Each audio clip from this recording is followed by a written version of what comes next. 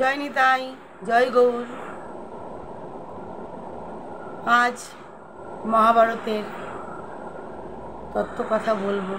কিছু তো জানি না, কিছু বুঝি না, নিতাই চাঁদের দয়াতে আজ মহাভারতের তত্ত্ব কথা বলবো।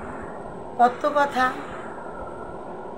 মা দ্রৌপদীর পঞ্চপুত্রকে কে মেরেছে সেই তত্ত্ব কথা।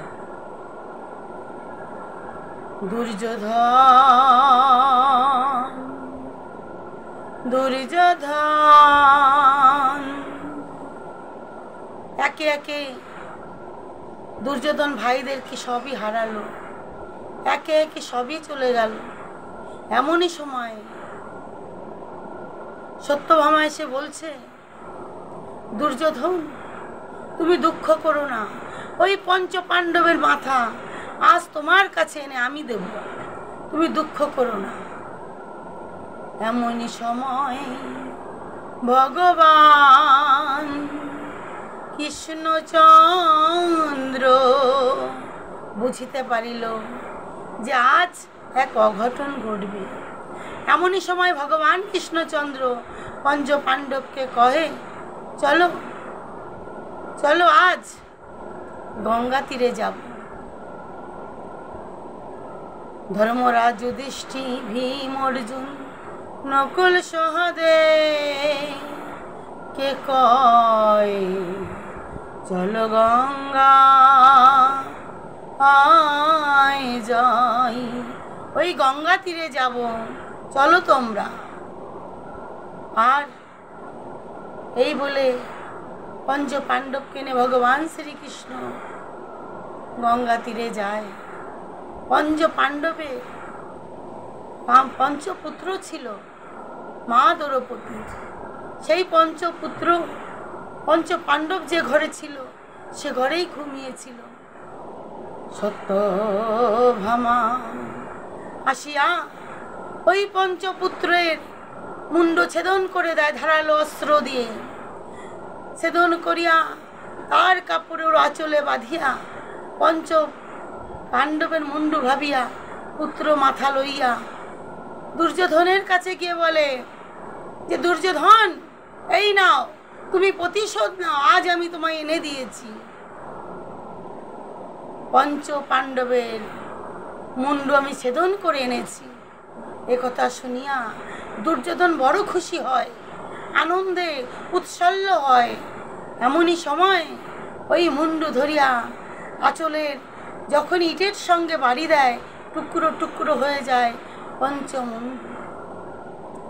এমনই সময় দুর্যোধন কয়, সত্যভামা তুমি এ কি করেছ, তুমি এ কি করেছ সত্যভামা? আজ তুমি আমার ভাইপোদের মাথা নিয়ে এসেছো, মুন্ডু ছেদন করে নিয়ে এসেছো। এ পঞ্চ পাণ্ডবের মাথা নয়। আমি জানি ভীমের মাথা টুকরো টুকরো হবে না, সে যে লোহা হতে শক্ত। তুমি এ কি করেছো, তুমি এ কি করেছো সত্যভামা? আজ আমাদের পুরো বংশ ধ্বংস হয়ে যেত। আজ আমার ভাইপোরা যদি থাকতো, আমাদের বংশ উদ্ধার করতে পারত। তুমি এ কি করলে, তুমি এ কি করলে সত্যভামা, এ কি করলে? এ কথা বলিয়া দুর্যোধন নয়ন জলে বক্ষ ভাসিয়া যায়। আর সত্যভামাকে কয়, সত্যভামা তুমি এ কি করলে, তুমি এ কি করলে সত্যভামা? ভগবান শ্রীকৃষ্ণ পঞ্চ পাণ্ডবকে যখনই ফিরিয়া আসে ঘরে, যখন দরজা খুলিয়া দেয়, দেখে রক্তে রক্তাক্ত হয়ে গেছে। 5টা দেহ পড়ে আছে, মুন্ডু নাই। পঞ্চ পাণ্ডব বুঝতে পারে সত্যভামারই কাজ। সত্যভামাকে ধরিয়ে নিয়ে আসে, আনিয়া বলে, দ্রৌপদী তুমি আমাকে হুকুম দাও, একে কি করে মারবো আমি, হুকুম দাও তুমি।